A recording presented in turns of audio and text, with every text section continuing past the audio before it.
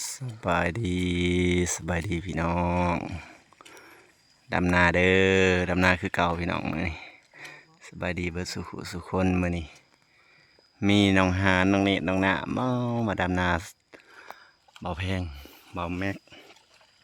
ได้จักคนมื้อหนึ่ง2 3 4 5 6 คนผู้หนึ่งน่าเล่นดอก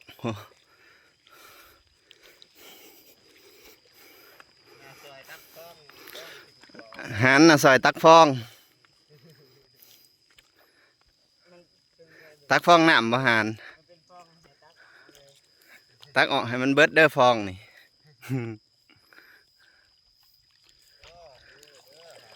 หานดูเด้อหานเข็นกะมาลงหายพี่น้องไอ้หานเข็นกะมาลงหายเข็นกะใส่รถเข็นมาลงสบายดีพี่น้องหานมือแทบบาดนี่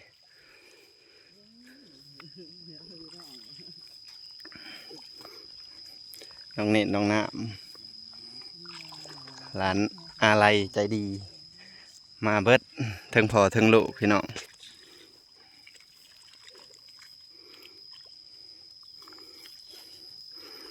มื้อนี้บ่าวแพงสิอ้อมยังให้กินแล้วของกิน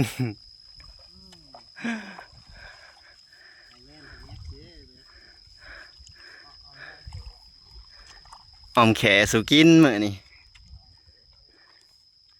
บ่าวแพงสิอ้อมแขสู่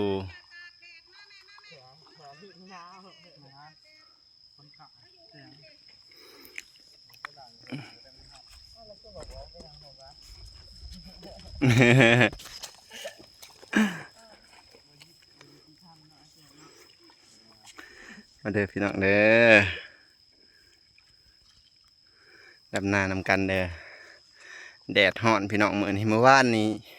ยังมีแดดมีบดมื้อนี้ตี้แดดจ้าเลยว่านยังใครแน่เนาะแม็กมื้อนี้นำแต่เช้าเลยแดดนี่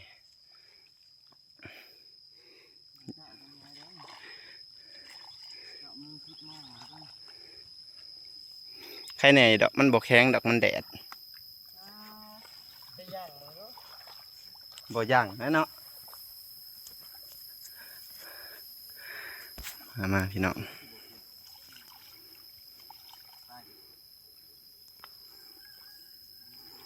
มาเด้อพี่น้องมาเด้อดำนาไผบอกขี้ข้านกับหมุดจอ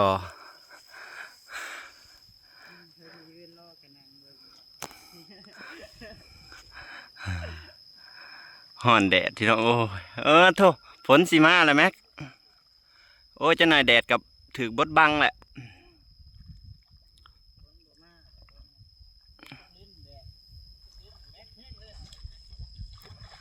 โอ้ยแม็กกับสู่ตายคือกันเนาะแม็กเนาะ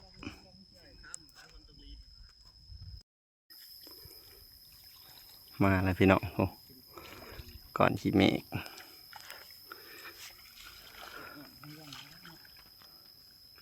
เราห้างต่อเท่านี้หลายเนาะ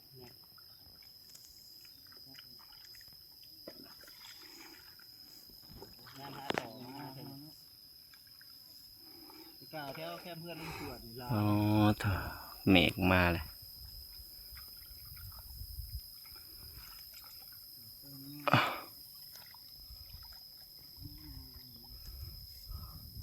ฝนสิมาแล้วพี่น้อง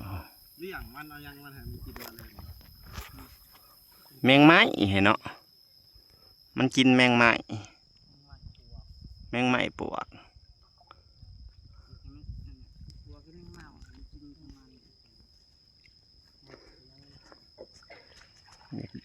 มืดเนี่ยจักหน่อยพี่น้องเป็นอะไรแมงยังกระสิบเอาแมงนอนบ่แม็ก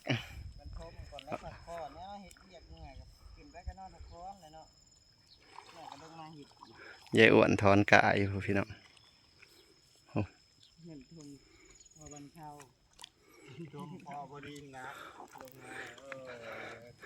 เสียว่าเนี่ยก็ได้เสียบไว้หนึ่งเป็นอะไรบ้านี่กำลังเสียบไปเป็นอะไร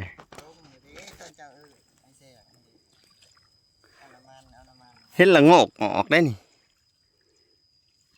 จะกินแกงเห็ดละโงกเห็นเขาไปเยื่องอยู่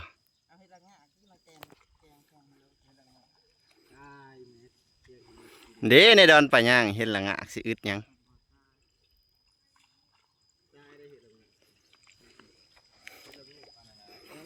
กินโบราณก็บ่ตาย ตัวตีนบ้องตันๆนะคือเห็ดละโงกแท้ๆใดมันคือกันแต่ว่าตีนมันสิตันเบื่อว่าเรื่องเห็ดพี่เบื่อพี่น้อง นักเบื่อแล้วอีพอเก็บมาปีก่อนข้าวแกงกิน เป็นนั่น เขาหกม้อย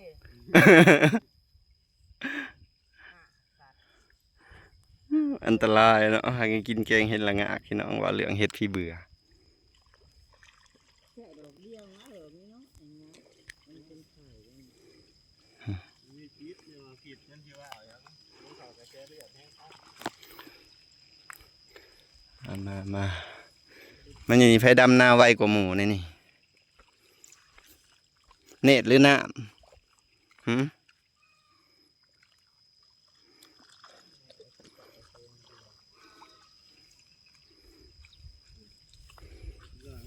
จ้าบ่ได้ขึ้นมาบ่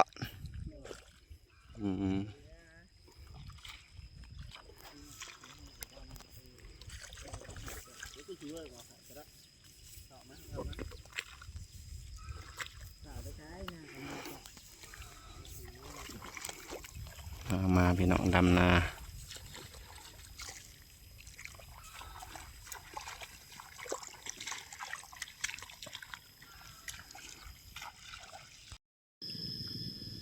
หลังจากที่ขึ้นกินข้าวเที่ยงแล้วพี่น้องลงมาดำต่อเสาร์นี่แล้วไปให้หนึ่งมันแดดพี่น้องเอ้ยงานบ่เดินเลยแดดแห้ง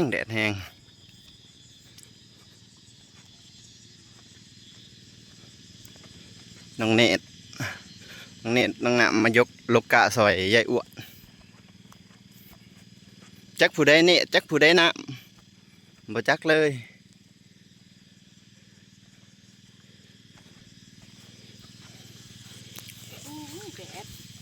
แดดแห้งเหมือนนี่สบายดีพี่น้องเหือย่อยเหือย่างผู้นี้เนตผู้นั้นน้ำผู้นั้นน้ำน้ำโค น้องเนตบ่นี่ร้านอะไรใจดีลกกะกะก็งามนะพี่น้อง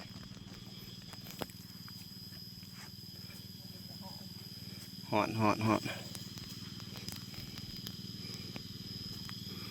ผู้ดำกะดำผู้ลกกะลกพี่น้อง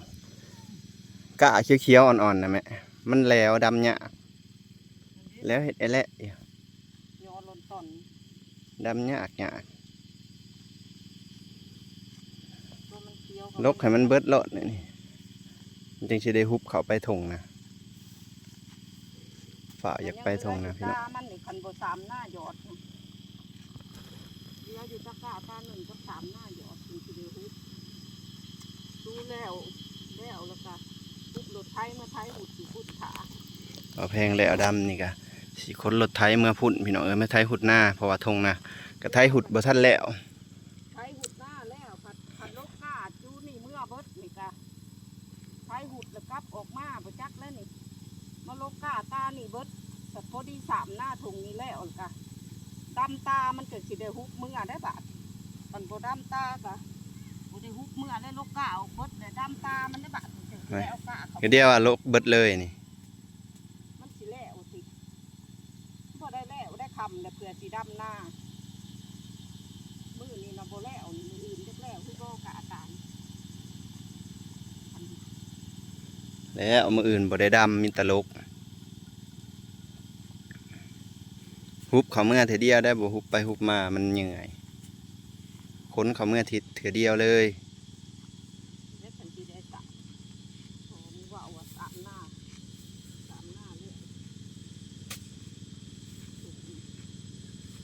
สามยังสี่สามนี่พี่น้องนี่มาแพงกระสูบน้ำขึ้นมา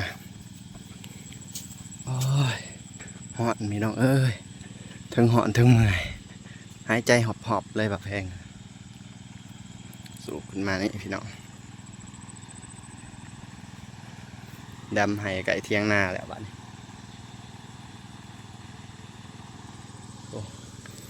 บ่าวแสงน้องเนตน้องน้ำ ดำอยู่พวกพี่น้องลำบากที่สุดคือการเห็ดนา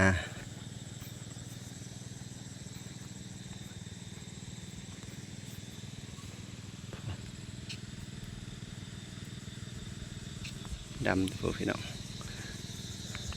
ปีนี้ดีแต่บ่แพงหยอดน้ำก็เลยดำบ่หลายพี่น้องคันแม่น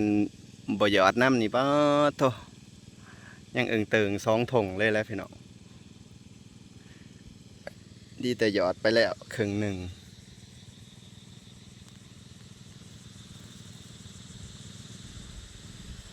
แดดก็แดดฮ้อนก็ฮ้อนเอาเพื่องให้ควายเทิกแล้วแม่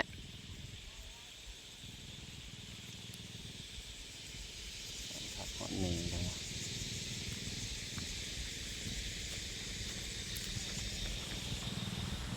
กะก็งามงามพี่น้องเอ้ยเขียวงามคักอะไร